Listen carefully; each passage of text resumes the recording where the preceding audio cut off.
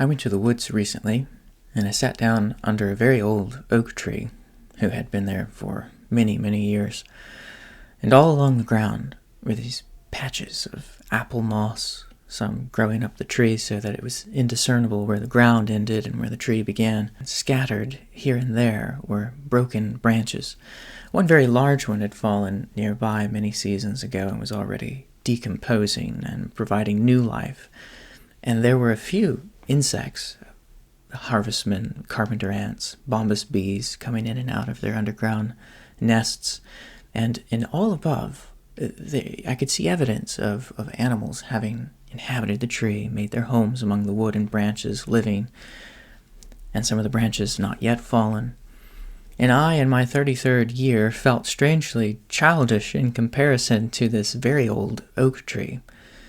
And as I listened to the life of the tree, it seemed to be saying the reason why it existed. And by the way, anyone can listen to the life of trees. It's very easy to speak to them.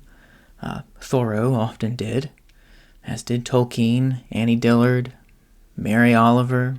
Some poets like Rilke wrote poems to trees. John Clare would address one of his favorite trees by saying, "Thou own'st a language by which hearts are stirred, deeper than a feeling clothed in words." John Clare is just fantastic. Walt Whitman, Gerard Manley Hopkins, all very good tree listeners, if not talkers to trees. But as I listened to the life of this tree, it seemed to be saying, I just came to participate in this, and this being the thisness of all around on that little ridge above the Merrimack, and all the life it was giving, and the life it was sustaining in its own life and death. You can listen to the life of trees just as you can listen to your own life. I often told my undergraduate students that they should do this. Most students are very good listeners, but they're often listening to the loudest things, and so I often share with them an excerpt from this excellent little book, Let Your Life Speak by Parker Palmer, and there are several really great quotations here that I often would share with my undergraduate students, and he writes, "The soul speaks its truth under quiet, inviting, and trustworthy conditions. The deepest vocational question is not what ought I to do with my life? It is the more elemental and demanding, who am I? What is my nature? Our deepest calling is to grow into our authentic selfhood, whether or not it conforms to some image of who we ought to be. As we do so, we will not only find the joy that every human being seeks, we will also find our own path of authentic service in the world." And during what I didn't know was my last class at Harvard, I shared this quotation with my first-year students and told them that the world is very loud. Harvard is very loud. Institutions are generally very loud. Your family, your friends, your society are very loud. But what you should listen to the most is not loud. And sometimes what you will hear will often lead you into pathless woods or down paths that seem to make no sense to anyone else but yourself. And I find myself going into one of those woods. At the end of the summer this year, I decided to step down from teaching writing at Harvard. It simply was not enough to support me and my family. But looking back on my time as a student and an instructor in the English department, I have nothing but gratitude for professors and the staff whom I met there. When I entered the university, I prepared to dedicate my life to the humanities, especially the teaching of literature.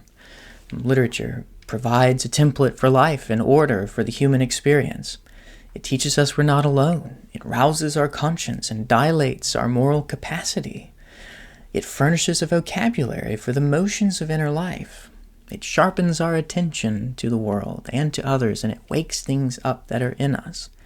And it often requires the concession of moral imperatives, those imaginative laws that hold together the moral worlds of poems and novels. Literature expands our capacity to communicate, to problem solve within a democratic society, to celebrate and to lament civically. And I think more importantly, literature, especially poetry, facilitates a spiritual growth that helps cultivate the faculty of listening, a faculty that we need to cultivate, especially right now. I wrote my dissertation on spiritual poetics, and I wanted to take seriously the spiritual aspect of poetry. That's what I did at Harvard. The academic study of literature is expert at examining literature from all kinds of angles: the historical, the new historical, the biographical, the deconstructive, the political, the sexual, the broadly theoretical. And all of these perspectives can be helpful and are sometimes necessary. And as a young graduate student, I came across an article by Professor Dennis Taylor, who taught at Boston College. And in his article, he wrote, "There is a need in our time for religious interpretations that are substantial enough to enter into a productive and competitive relation with the reigning critical discourses. The need for religious literary criticism is not only reflective of a present scholarly void, but also comes out of a spiritual hunger felt by many teachers and students for a way of discussing the intersections of their own spiritual lives with what they read." And when I read that, I thought, that's what I would like to do. And this article was published in 1996, but there still lacks a serious consideration of the spiritual dynamics of poetry. So I wanted to address this by showing how many lyric poems formally encode or communicate a spiritual and sometimes a religious experience through the shape of sound and meaning. Helen Wendler called lyric poems acts of mobile consciousness and thinking on the move, as she described it. And oftentimes, those states of consciousness are in the domain of what is often called the spiritual. And I wanted to provide a way for the Academy to talk about spiritual poetics in a way that didn't sound naive to them. So my dissertation took Wordsworth's poetry as a case study for this. Wordsworth is the poet of spiritual growth, and my work showed how his poetry can formally enact, or how it often formally enacts and reproduces spiritual experiences in the readers themselves. So I hope to take this method further in my future work, and I am working on another book, and I hope to put this into scholarship and writing by applying these methods that I developed in my dissertation to other poets.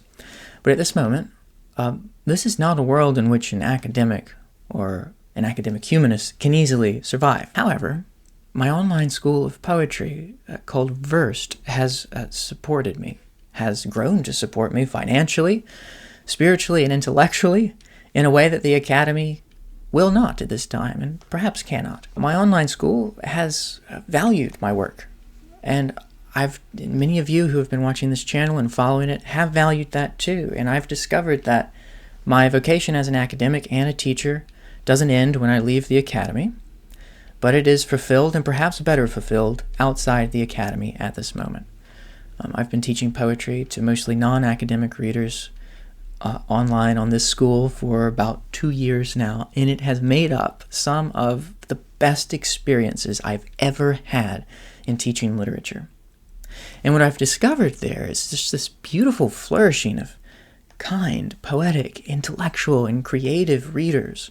Lovers of poetry from all over the world come together to watch recorded lectures or attend live meetings to read and discuss poetry there and in the chat rooms. And it's a beautifully diverse and sensitive cohort. And when I look at that community of kind, insightful, curious, intensely interested readers, my friends on Versed, I'm often struck by the magic of what is growing there. They remind me again and again that no single work of literature can be exhausted by one voice. Even for me, the pursuit of virtue and truth is always enriched through a diversity of perspectives when readers leverage each other's insights and when they share what they know and what other students, and often I, do not know. And I love what Reverend Mark Oakley once said about discussing poetry, which is often many times more valuable than a lecture. And I thank my friends Rami and Catherine for showing me this lecture. I've got it linked down below by Oakley. And this is what he says about the value of discussion and what we've been doing online. To read a poem together and then talk about it is an amazing experience. You each give your response, and you hear things and see things suddenly as others speak that you had never known or even thought about. And as all these meanings are placed together, we end up with one big meaning that no one had at all. All are enlarged, challenged, equal. All end up usually hungry for more. We start to wonder how humanity might work if we cared less about making a point than about making a difference in this way. And as the car is driven home, or the walk across the park the next day occurs, that poem is still doing its work of settling, unsettling, casting colors on our sepia-toned life. That is a great mercy. End of quotation. Beautiful quotation. It perfectly expresses what we do on Versed. And teaching interested readers has shown me that poetry can be studied and lived, and that the most marvelous thing I can do right now is to help nurture this, to gather readers into a community where truth and beauty might be pursued together through the study of and the creation of literature. Many of the community members are actually writing their own poems and novels, and in this way imagining more. So I was happy to participate briefly in the life of the Academy, and may yet again one day. The Academy is a great gift to a nation, but right now it needs reform in order to fulfill its sacred mission once again. And I think it can and will be reformed.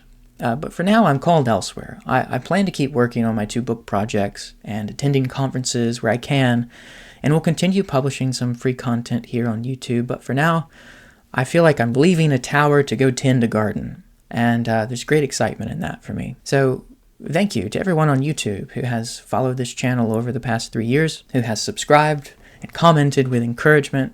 Thank you. Your support has enabled me to keep teaching poetry in a world that is increasingly hostile to the arts. And at this time in my life, I'm upheld both financially and spiritually by those of you who have supported this channel, and especially the poets and readers of poetry who have bought subscriptions on Versed. So to everyone on YouTube and on Versed, I'm looking forward to whatever comes next.